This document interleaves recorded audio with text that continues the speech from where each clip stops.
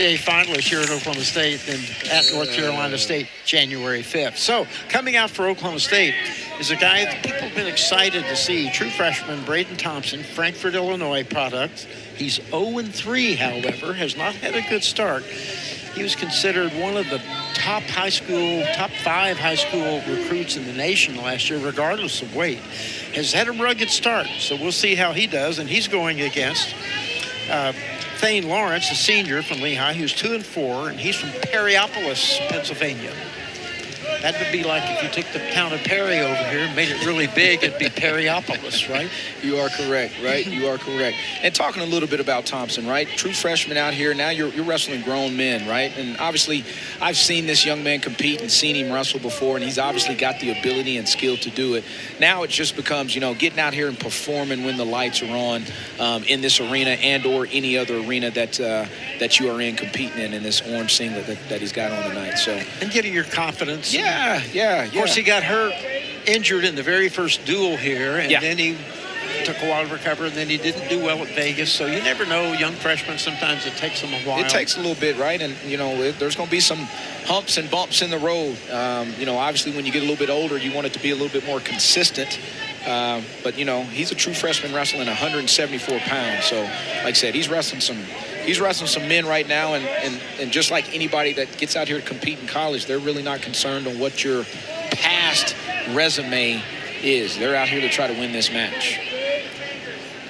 Give that little bit of history. 2005, what I believe was the greatest Oklahoma State team ever, went up to Bethlehem. Saw warning right there against Thompson. They went and wrestled at Bethlehem in a great duel. It ended up 24-9 Oklahoma State. Cowboys were in the midst. They would win their 3rd straight NCAA title that year. Okay. So Lehigh won 3 matches. Guess who 2 of the guys were that Lehigh beat? Johnny Hendricks and Jake Rochalt, who had won 4 NCAA titles between them. Right. Now, you think those were big upsets? No, because Lehigh had Troy Letters at 157, and they had John Tranchip, 197. So they had 2 great wrestlers at those 2 weights, and they won really tight matches. But every match was hotly contested. Great matchup. Record crowd there at Lehigh. It was later broken by a duel with Penn State, but it was just one of the best atmospheres of a college duel, and so much talent. Oklahoma State won by an NCAA record margin of points that year in the tournament. Just a great evening of wrestling. Yeah, and those guys you mentioned from O-State and Lehigh were great athletes, great competitors. You think about it, on that team for Oklahoma State, you had Hendricks and you had Rochalt, you had Steve Mocco, you had Chris Pendleton, you had Zach Esposito, who all won NCAA championships. That was the year they had 5, right? Yeah, that was the year they had 5. And that's why I say, now there was a team way back when for Oklahoma State that won 5, but it was way back before many teams really put much into wrestling.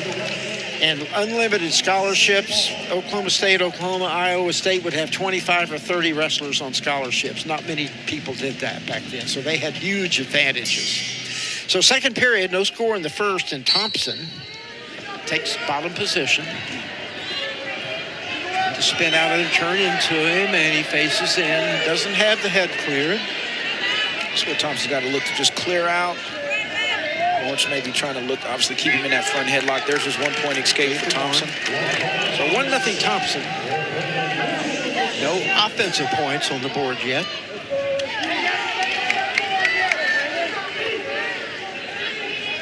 You got to remember also Thompson does have a stall call, so obviously Lawrence is going to try to use that to his advantage and keep him on the outside, if not try to take him out to where he can go into the 3rd period either tied 1-1 and or looking to get that takedown here. So Lawrence, a senior, veteran, knows what he's doing on the mat. His record is not stalwart this year, but just 2-4. But anytime you have that much experience, you're going to have some advantages. And still really low-paced match. There's a little snap, a little pass-by move by Thompson, not there. Lehigh's bench is asking for that stall call, and Thompson's got to be careful here because this is where he's been the majority time, the whole time of this match. And Lawrence is doing a good job, right? He's trying to use the rules to his advantage and keep Thompson there. 35 seconds left in the 2nd. Very low-paced match. No big scrambles, really. Lawrence trying to get around behind him. There's a stalling call against Thompson. So 1-1. Warning, and then now a stalling penalty against Thompson. Like I said, Lawrence has done a really good job of controlling the pace of this match. Beautiful duck by Thompson. Nice duck under by Thompson for 3. He goes up 4-1. Beautiful duck by Thompson. Short time takedown again. 3 in the new rule and no chance for an escape. Here's the takedown here. It's almost like Thompson uses Lawrence aggression against him. Grab wrist, nice beautiful duck under there. Secured the 3-point takedown. Finished the period on top. That makes the score 4-1 going into the third for Thompson. So, mission for Lawrence, get your escape to make it 4-2. Ooh, watch out, watch out, watch out. Swipes. There was 2 swipes. I think they may challenge that. Let's see. Yep, there comes the brick. You know, I would not have stopped that match right there. You know why? He still had the hold hooked up. What did you say before the break, Jay? What just got thrown? A brick? Oh, yeah, okay, I got you. Yeah, off the air, we were talking about how smoothly everything is going, and I said, I'll knock on wood and jinx the no-hitter. We've had no video reviews and no injury timeouts. You talked to the pitcher, man. I talked to the pitcher during the no-hitter. Man. And I jinxed it. Jinxed it. But anyway, I was going to say, I don't like stopping the match there because he still had the pinning hold. You know, he still had the arm bar. That's just me. Maybe the rule says you have to stop then, but I thought you would wait till they were out of that position. Yeah, I don't know what the rule says sure there. May ask. He did still have the arm bar. Kenny Ritchie when it's all said and done, but Briscoe counted 2 swipes. Obviously, the Lehigh bench does not think. I mean, there's one count there, and there's 2. Well, I think he's back. I think he's back though. It's hard to see because Briscoe's obviously in position. Yeah, the shoulders might have gotten up to above 45 degrees on that second count. And the question is, this is what me and asked you. He was tight right there. He was tight there, 1. Well, wait, let's see. Okay. So it's going to be interesting. You know, what's funny about this is, obviously, before the match, me and Briscoe were talking, and I'm just like, man, officiating is hard. I get to sit over here in front of these computer screens and commentate and watch. That second count appears to me his shoulders were definitely above 45 degrees, but I could be wrong. We'll see what they call. Our opinion doesn't matter, does it? But I'm going to lean over here and see what they say. You guys always know I'm trying to get the cheat code going over here.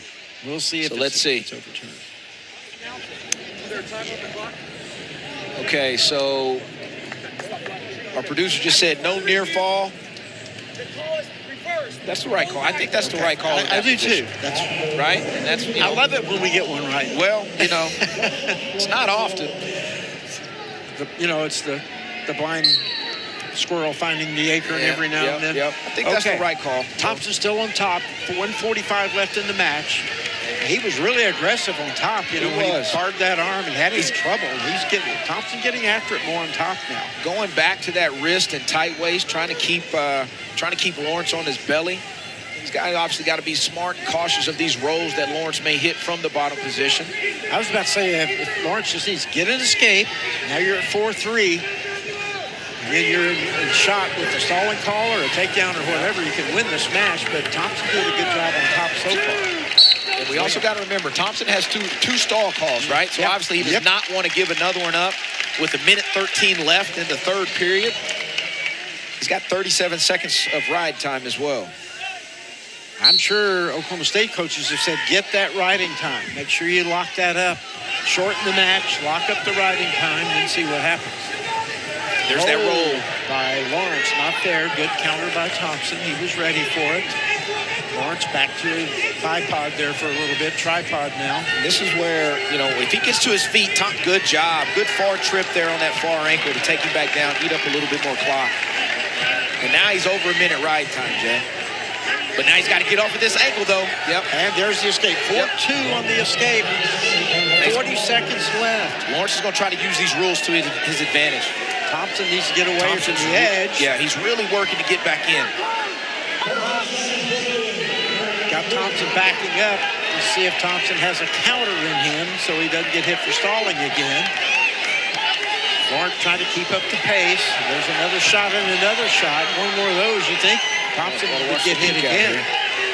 Two good shot attempts by Lawrence. 10 seconds left. Of course, actually, he could give up the stalling point here and it wouldn't hurt because he's got Riley. Oh, and finish it with a takedown. That's big for Thompson there.